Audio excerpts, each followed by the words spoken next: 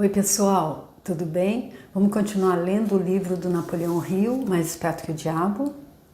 Esse livro então que já começamos há alguns vídeos, tem já a playlist dele aí para quem, se você não viu os primeiros, eu estou lendo o livro inteiro desde o início, desde aqui da introdução que foi feita pelo Tiago Nigro. E ele é o autor de um livro Primo Rico, e eu fui procurar também saber, ele tem um canal no YouTube com milhões de seguidores e ele disse que esse livro transformou a vida dele.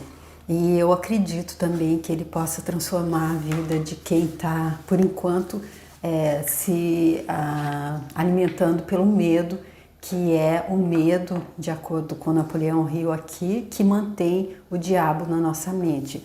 E aí o Napoleão Hill, ele é o autor também do livro Pense e Enriqueça, que foi o livro anterior a esse, que eu fiz uma série também com esse livro, eu deixo a playlist aqui, se você quiser ver também. E esse livro do Napoleão Hill, Pense e Enriqueça, se transformou no livro de psicologia aplicado mais vendido de todos os tempos. Os ensinamentos dele influenciaram gerações inteiras de líderes que buscavam sucesso, gerando a pedra fundamental para todos os outros escritores de autoconhecimento e pensamento motivacional. Então é essa pessoa, é esse autor, é essa pessoa que escreveu que passou 30 anos da vida dele estudando como é que faziam as pessoas que tinham sucesso e aquelas que fracassavam, para tá então ali colocando no papel uma filosofia do sucesso, para ajudar então as pessoas a saírem da falta e da escassez.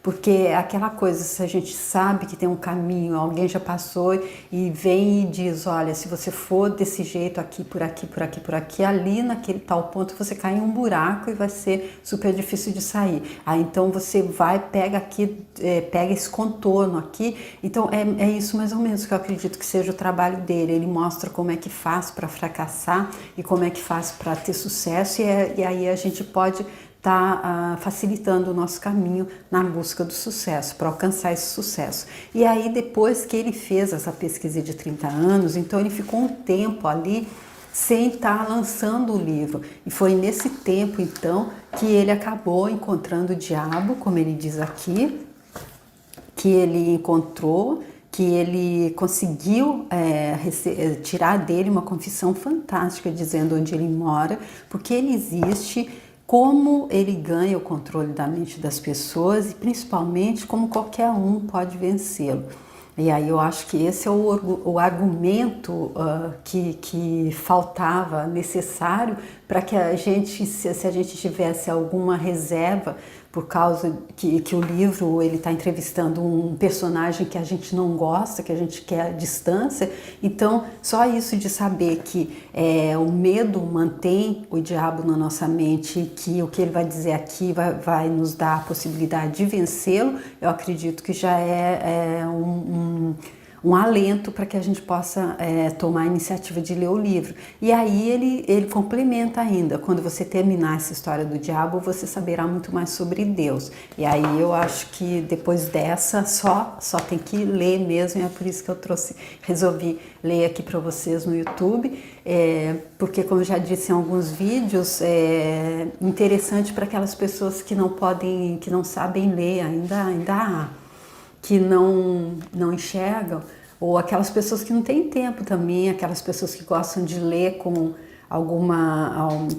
tendo alguma, como eu faço algumas observações no meio da leitura. Então é com esse objetivo e também para ver se esse livro pode fazer essa diferença na vida de quem está buscando sucesso, porque o diabo diz aqui que apenas 2% da população do planeta encontra essa vida, e ele explica por quê. Ele diz que é porque essas pessoas pensam por elas próprias. E aí, nesse último vídeo, a última pergunta foi: então é o seu negócio induzir as pessoas a fracassarem sempre que você pode? Isso está correto? E ele diz: sim, isso está correto, e discorre na resposta. Aí então vamos continuar aqui com a próxima pergunta, que é: a capacidade para superar o fracasso sem desencorajar-se por acaso é um dos grandes ativos de Henry Ford? Sim. E essa mesma qualidade é o verdadeiro ativo de todos os homens que alcançam sucessos fabulosos em quaisquer aspectos de suas vidas, ou seja, a capacidade de superar o fracasso. E aí eu acredito que seja um pouco como aquilo que diz no livro do Spencer Johnson, Os Picos e Vales, que ele explica que essa vida onde nós estamos nesse plano do relativo, onde tudo é dual, não há nada absoluto, então é natural picos e vales. E aí se a gente, quando está no vale, a gente joga a toalha e a gente fica ali mesmo. Então é por isso que ele diz a capacidade para superar o fracasso sem desencorajar-se. Ou seja, entendendo que a vida é pedagógica, como diz a professora Lucilena, e que tudo e qualquer coisa que nos aconteça, não é que ela ela cita um filósofo que diz que não há nada que aconteça ao homem que não seja próprio do homem. Ou seja, tudo que nos acontece não é um acaso, não é? É aquilo que deveria acontecer para que nós possamos tirar daí, como Napoleão Hill diz, há uma semente de êxito em toda a adversidade, há uma semente de êxito equivalente, ou seja, a gente passa por aquela dificuldade e a gente aprende através dela. Foi isso que ele mostrou aqui no início do livro. Essa afirmação é muito generalista, Sua Majestade. Você não desejaria modificá-la ou reduzi-la um pouco para ter mais precisão? Nenhuma modificação é necessária, porque essa afirmação não é tão vasta. Pesquise com precisão a vida de homens e mulheres que alcançam sucessos duradouros e você achará, sem exceção, que o sucesso deles ocorreu na exata proporção da extensão do fracasso que eles conseguiram superar. A vida de cada pessoa bem-sucedida clama por uma das maiores verdades que a maior parte dos filósofos já sabia. Cada fracasso traz junto de si a semente de um sucesso equivalente.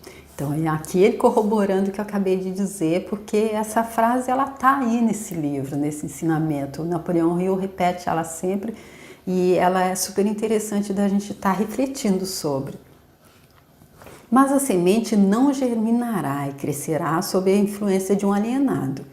Ela se abre para a vida somente quando está nas mãos de alguém que reconhece que a maior parte dos fracassos são somente derrotas temporárias e que nunca, sob nenhuma hipótese, aceita a derrota como uma desculpa para alienar-se. Olha, gente, ele sendo bem claro aqui com a gente quando nós estamos ali usando a procrastinação, a autossabotagem para não fazer as coisas. Então ele está dizendo aqui que ela se abre então esse sucesso equivalente ao fracasso, ele se abre somente para as pessoas que entendem que as derrotas são temporárias e que nunca, sob hipótese alguma, aceita a derrota como uma desculpa para alienar-se. E ali no livro Pense e Enriqueça, que eu fiz também a série anterior, eu deixo aqui, se você quiser ver, já disse isso, né? E aí ele diz ali que quando ele tem um capítulo ali que é só, não sei se é exatamente um capítulo ou uma parte ou um subtítulo, que é os álibis que a gente usa exatamente para nos autossabotar. Quando a gente está buscando, a gente não está querendo fazer, a gente inventa um monte de coisa. A gente inventa que a gente não vai fazer porque está difícil, porque a gente não está preparado, porque não vai dar certo. E a gente inventa um monte de coisa e aí a gente inventa até, talvez, aqui como ele está dizendo, a gente pega esse fracasso e diz, não vai mesmo dar certo, não vou tentar de novo. Então aqui ele está dizendo que essa semente, então, do sucesso, ela só aparece para quem nunca toma essa atitude. Se estou entendendo corretamente, você está afirmando que existe virtude no fracasso. Isso não me parece razoável. Por que você tenta induzir as pessoas a fracassarem se há virtude no fracasso? Não há inconsistência nas minhas afirmações. O que parece ser inconsistência, na verdade, é a sua falta de entendimento. O fracasso é uma virtude somente quando ele não leva uma pessoa a desistir de tentar e começar a alienar-se. Induzo tantas pessoas quantas eu posso a fracassarem e tantas vezes quantas posso pela simples razão de que raramente um em cada 10.000 permanecerá tentando após cair 2 ou 3 vezes. Então ele dizendo que realmente o fracasso ele pode ser a chave, pode trazer, ele traz ali a semente do sucesso, porém ele está dizendo aqui que uma em cada 10.000 pessoas vai permanecer tentando após fracassar 2 ou 3 vezes. Então o fracasso, ele não está dizendo que o fracasso, como o Napoleão Hill está dizendo aqui, porque você tenta induzir as pessoas a fracassarem se há virtude no fracasso, mas nem todos estão preparados, estão prontos para aproveitar essa virtude do fracasso. É isso que ele está explicando, pelo que eu entendi. Não estou preocupado com os poucos que convertem os fracassos em alavancas para o sucesso, porque de qualquer forma eles pertencem à minha oposição. Eles são não alienados e por isso estão fora do meu alcance. Então, aí ele explicando quem é que aproveita o fracasso como virtude, são aqueles, então, que aprenderam a pensar por eles próprios, aqueles que, como ele diz, estão ali alimentando, como ele está dizendo, estão ali alimentando a fé, que o Napoleão Hill diz também no livro Pense em Riqueza, que todos nós temos 2 entidades dentro da gente. Uma é alimentada pela fé e a outra é alimentada pelo medo. E aquela que é alimentada pela fé é aquela que é regida pelo que ele chama da minha oposição, que é então Deus, que é a luz. Porque ele também explicou aqui que ele existe, ele vive na mente de quem acredita nele, de quem o alimenta, de quem é através do medo e de pensamentos negativos. Porém, ele é a parte negativa do átomo e tudo é constituído de átomo, então ele existe, mas ele existe nessa dualidade, nessa realidade do relativo, e cabe a nós saber se nós vamos alimentá-lo na nossa mente ou não. Como o Napoleão Hill diz no Pense em Riqueza, então essas 2 entidades, é a gente que escolhe qual delas nós vamos alimentar, com quem nós vamos querer trabalhar, se é com ele ou se é com a oposição dele, como ele chama, que nesse caso seria a Deus. A sua explicação clareia o assunto. Agora vá em frente e me conte alguns de seus outros truques por meio dos quais você induz as pessoas a se alienarem. Outro dos meus mais efetivos truques é conhecido para você como propaganda. Para você, está escrito aqui, mas acho que fica mais fácil, é conhecido por você como propaganda. Esse é o instrumento de maior valor para mim ao fazer com que pessoas matem umas às outras sob o disfarce da guerra. A esperteza desse truque consiste basicamente pela sutileza com a qual eu o uso. Misturo propaganda com notícias do mundo. Ensino isso em escolas públicas ou privadas. Vejo que a propaganda sempre acha o caminho dela no púlpito. Coloco cor nos filmes animados com ela. Faço com que ela entre em cada casa onde tem um rádio ligado. Faço com que ela esteja nos quadros negros, jornais e programas de rádio. Eu a espalho em todos os lugares onde as pessoas trabalham e fazem negócios. Uso a propaganda para encher as salas dos tribunais, das varas de família, principalmente quando se trata de divórcio. Também faço com que a propaganda sirva para destruir os negócios e a indústria. Na verdade, a propaganda é o meu principal instrumento para iniciar as corridas aos bancos. Meus propagandistas cobrem o mundo de forma tão eficaz e tão completa que consigo iniciar epidemias de doenças, incitar os líderes para a guerra ou fazer com que os negócios entrem em pânico sem ninguém saber por que nem onde começou. Olha, gente, é ele que está dizendo. Olha esse poder negativo da propaganda. Eu já tinha ouvido dizer que há mensagens subliminares ali nas propagandas, especialmente no cinema, assim, não só especialmente, também no cinema, quando a gente está ali vendo aquela tela enorme com aquele som super alto ali. Então, a gente é coisa que conscientemente a gente não capta, mas que está ali e está induzindo o nosso subconsciente a pensar, agir. E aí aquele dizendo então que a propaganda é a arma principal dele e ele vai aqui enumerando tudo que ela faz para trabalhar para ele. Olha, é bom ficar bem atento a isso, né? Se você consegue fazer tudo que você diz conseguir fazer com a propaganda, não é difícil de imaginar por que temos tantas guerras e crises econômicas. Dê-me uma descrição simples do que você quer dizer com o termo propaganda. Apenas diga o que é e como ela trabalha. Desejo saber particularmente como você faz com que as pessoas se alienem por meio do uso desse instrumento diabólico. Propaganda é qualquer instrumento, plano ou método pelo qual as pessoas podem ser influenciadas sem saber que estão sendo influenciadas. Aquele caso ali, então, da mensagem ali oculta, né? Ou até mesmo a fonte dessa influência. Propaganda é usada nos negócios com o principal objetivo de desencorajar a concorrência. Empregadores a usam para ganhar vantagem sobre os empregados. Os empregados retalham usando a propaganda para ganhar vantagem sobre os empregadores. Na verdade, ela é usada tão universalmente e por meio de uma técnica tão bonita e delicada que mesmo quando é detectada, ela parece inofensiva. Nossa, gente, bem uma coisa criada por ele, né? É bem aquela coisa que parece, não parece, mas não é, e como ele está dizendo, é uma técnica tão bonita e delicada que mesmo quando a gente percebe, a gente acha que é inofensivo.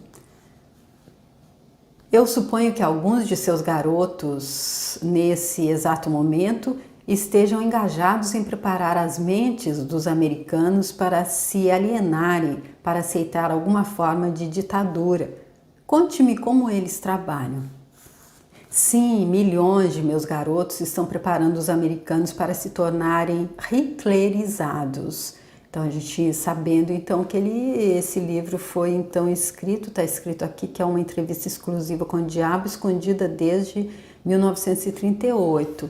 O livro dele, Pense em Riqueza, foi escrito em 37, então deve ser mais ou menos dessa mesma época, né?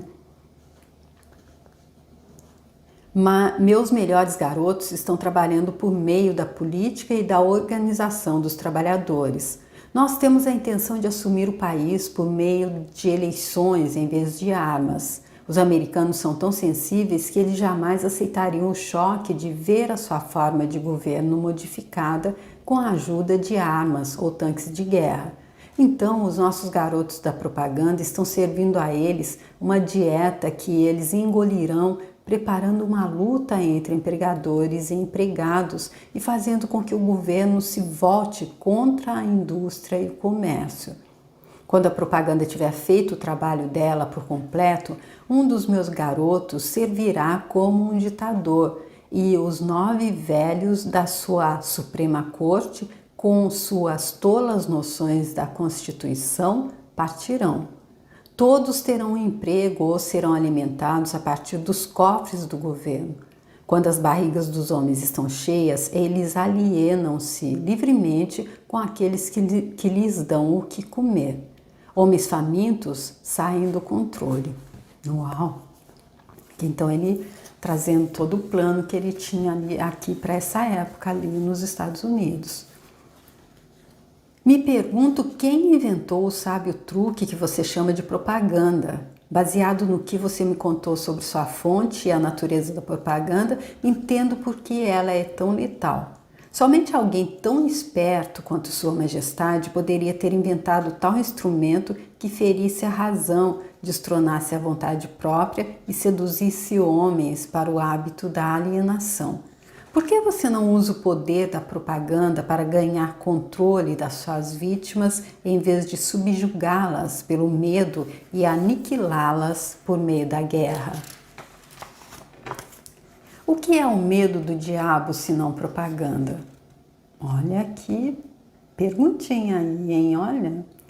Você não observou a minha técnica cuidadosamente, eu teria visto que sou o maior propagandista do mundo. Nunca alcanço um fim por meios diretos, se porventura posso alcançar esse mesmo fim por meios sutis e evasivos. Olha como ele é perigoso, não é?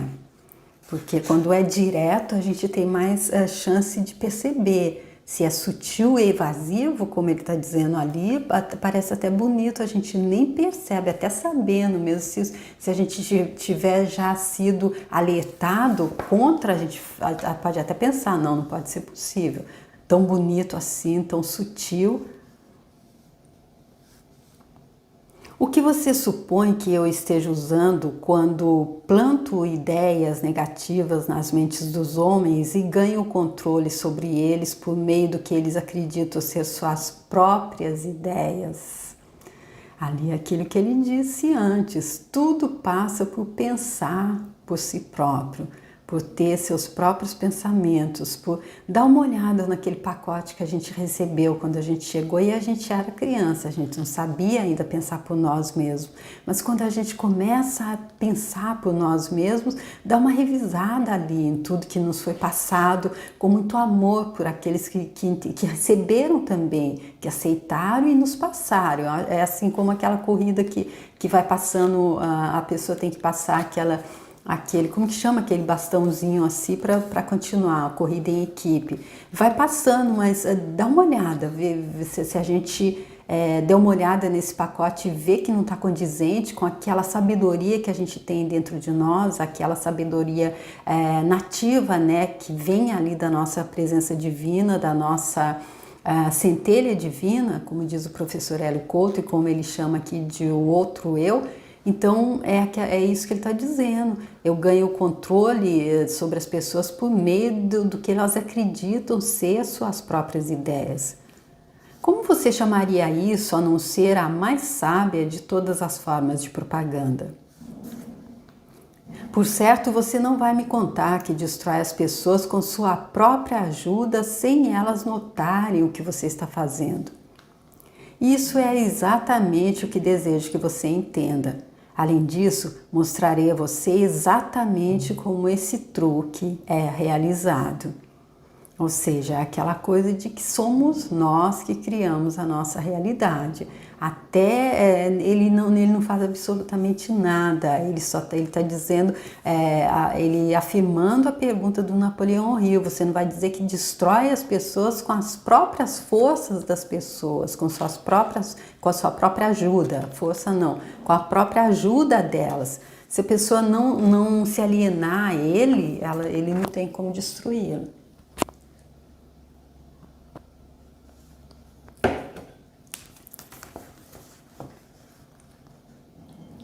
Por certo, você não vai me contar como destrói as pessoas com sua própria ajuda. Assim, então já foi lida. Agora nós estamos chegando a algum lugar. Como exatamente você converte seres humanos em propagandistas e os seduz a se auto-aprisionarem? Conte-me essa história com todos os detalhes sórdidos. Essa é a parte mais importante da sua confissão e estou muito ansioso para ganhar o controle do seu segredo. Ao mesmo tempo, não posso culpá-lo por tentar me enrolar nessa resposta, porque ambos sabemos que ela fará com que milhões de vítimas inocentes do seu controle passem a pensar e, consequentemente, fiquem fora do seu alcance. Você também sabe que sua resposta protegerá outros incontáveis milhões de seres humanos que ainda não nasceram. Uau, olha ele mostrando quanto é importante a gente prestar atenção, então, no que é que ele vai dizer aqui com relação, como exatamente ele converte os seres humanos em propagandistas e os seduz a se auto-aprisionarem. As suas deduções estão corretas. Essa parte da minha confissão me fará mais estragos do que todo o resto que eu farei.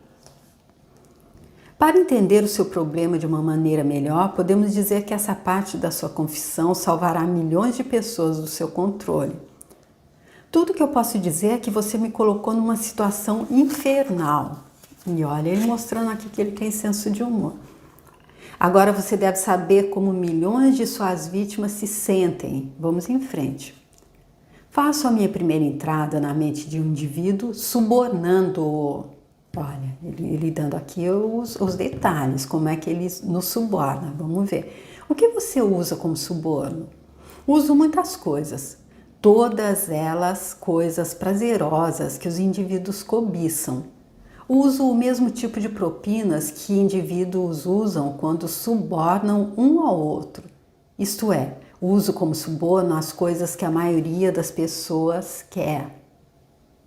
Minhas melhores propinas são amor, sexo, ganância pelo dinheiro, desejo obsessivo de ganhar alguma coisa por nada, como jogos de azar, vaidade nas mulheres e egocentrismo nos homens, desejo de ser mestre dos outros, desejo por tóxicos e narcóticos, desejo pela autoexpressão por meio de palavras e atos, desejo de imitar outros, desejo pela perpetuação da vida após a morte, desejo de ser um herói ou uma heroína, desejo por alimento físico. Olha, gente, confesso para vocês que entendi tudo aqui, todos os desejos, é por desejos carnais, por desejo dessa realidade que ele atrai as pessoas, que ele suborna as pessoas. Porém, eu só não entendi, confesso aqui, se você que está seguindo, por favor, entendeu, me manda uma mensagem, por favor. Eu não sei como é que ele diz, usa o desejo pela perpetuação da vida após a morte. Na minha forma de entender, nós somos seres infinitos, nós somos eternos, porque nós somos centelhas divinas, nós somos criação divina. E eu acredito que nós só acabaríamos de ter um ponto final se Deus acabasse, mas isso eu acredito que não acontece. Aqui, nesse corpo físico, nessa realidade transitória, sim, nós vamos do berço ao túmulo, porém o que perece, o que é transformado é o corpo, o espírito, a alma, isso não morre, é imortal. Inclusive, tem ali no livro que eu estou fazendo no final de semana, que é o Boa Nova, que é o livro de Humberto de Campos, psicografado pelo Chico Xavier, que tem uma passagem ali no capítulo Os Discípulos, que é quando Jesus Cristo faz a primeira reunião dele ali com os discípulos, quando ele já tinha reunido ali os 12, e ele disse, não temais os que matam o corpo, pois não podem aniquilar a alma. Então, a alma ela não pode ser aniquilada. Isso também foi dito, eu acredito que por Estevão e por Paulo de Tarso, ali no livro Paulo e Estevão também, que foi a série que eu fiz antes do Boa Nova. Eu deixo as duas séries aqui se você quiser ver. Então, é só isso que eu não entendi, como é que ele pode usar isso como suborno, o desejo pela perpetuação da vida após a morte. Para mim, isso é básico, isso é verdadeiro, absoluto. Eu acredito que isso é como aquelas leis naturais, isso não tem meio termo, não é dual. Isso, para mim, na minha forma de entender, é uma verdade. Nós somos eternos. Essa é uma lista muito interessante de subornos, Sua Majestade. Você usa outros? Sim, muitos outros, mas esses são meus favoritos. Por meio da combinação de algum deles, consigo entrar na mente de qualquer ser humano, independentemente da idade, e consigo permanecer em possessão da mente dele até a morte. Uau! Isso significa que esses subornos são as chaves pelas quais você consegue silenciosamente destrancar a porta de entrada de qualquer mente que você escolher? É exatamente isso que eu quero dizer e é exatamente isso que eu posso fazer. Então, ele dizendo aqui que, olha, os subornos, ele suborna a pessoa pelo amor, pelo sexo, pela ganância, pelo dinheiro, desejo obsessivo de ganhar alguma coisa, como aquelas que são viciadas em jogos de azar, vaidade nas mulheres, egocentrismo nos homens. Aqui também fica assim, desejo de ser mestre dos outros, desejo por tóxicos e narcóticos, desejo pela autoexpressão por meio de palavras e atos, desejo de imitar outros, aqui desejo pela perpetuação da vida após a morte, desejo de ser um herói ou uma heroína e desejo por alimento físico. Então é isso aqui que ele usa, então, dessa forma, então, como Napoleão Hill está dizendo, esses subornos, essas são as chaves pelas quais ele consegue silenciosamente, porque é aquela coisa do hábito, ele falou do hábito ali atrás, porque tudo isso que ele mostrou como suborno, se não for mantido como hábito, aí ele não tem como acessar, mas a gente entra ali no hábito e depois a gente fica distraído e não percebe, e ele entra então sorrateiramente, é isso que ele está explicando. O que acontece quando você entra na mente de uma pessoa que ainda não está no hábito da alienação, mas pertence à classe dos 98% dos seres humanos que são alienados em potencial? Olha que pergunta interessante. Aqueles que ainda não estão entre os 98%, que ele afirmou ali no passado que apenas 2% não são alienados, e aqui o Napoleão Hill com uma pergunta super interessante, como todas as outras, inclusive, que como é que ele faz então para quando ele entra na mente dessa pessoa que não está ali entre os alienados, mas que é um alienado em potencial, ou seja, que vai poder se alienar. Trabalho imediatamente para ocupar o máximo que eu conseguir da mente dessa pessoa.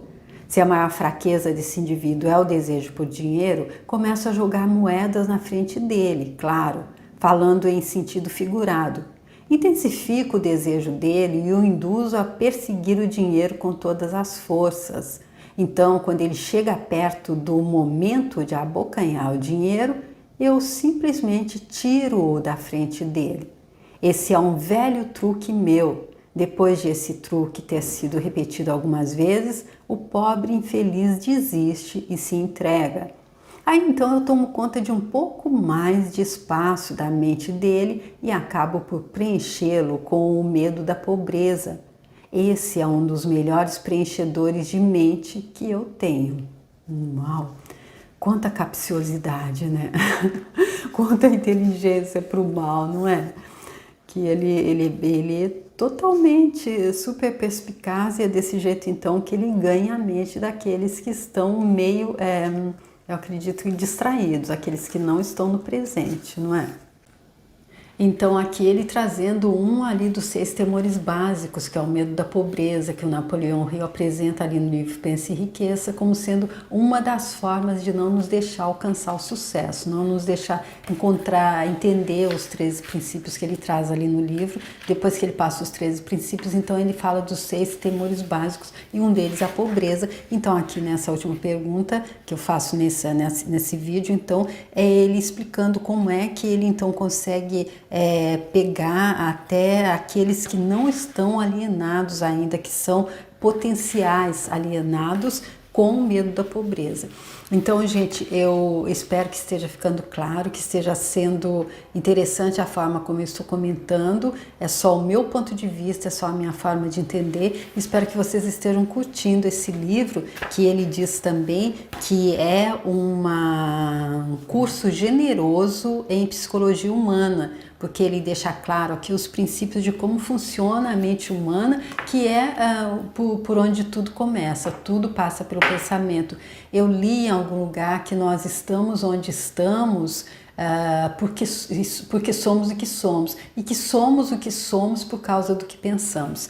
Então é isso que ele está explicando aqui. Quando a gente entender isso, quando a ficha cair, né, para mim, a gente não, porque como diz o Dr. Haroldo Dutra lá no canal dele, Espiritualidade e Vida, a gente é muita gente. Então quando a ficha cair para mim, que eu entender realmente que eu devo ficar ali 100% do tempo, o máximo possível, talvez 100% do tempo não seja tão possível nessa realidade, porém o máximo de tempo possível, como ele já disse aqui também, o que conta é a repetição. Mesmo que a gente vá um pouquinho ali para o negativo, a gente acompanha um pouquinho o pensamento negativo, mas a gente volta, quando ele está nos levando, está quase chegando, a gente acorda e volta, aí isso não vai criar tanto dano, tanto estrago. O que estraga é se a gente ficar ali morando muito tempo. Mas eu espero que vocês estejam gostando desse livro grandioso, desse clássico do Napoleão Hill, e eu volto com vocês para a continuação no próximo vídeo. Então, obrigada, tchau!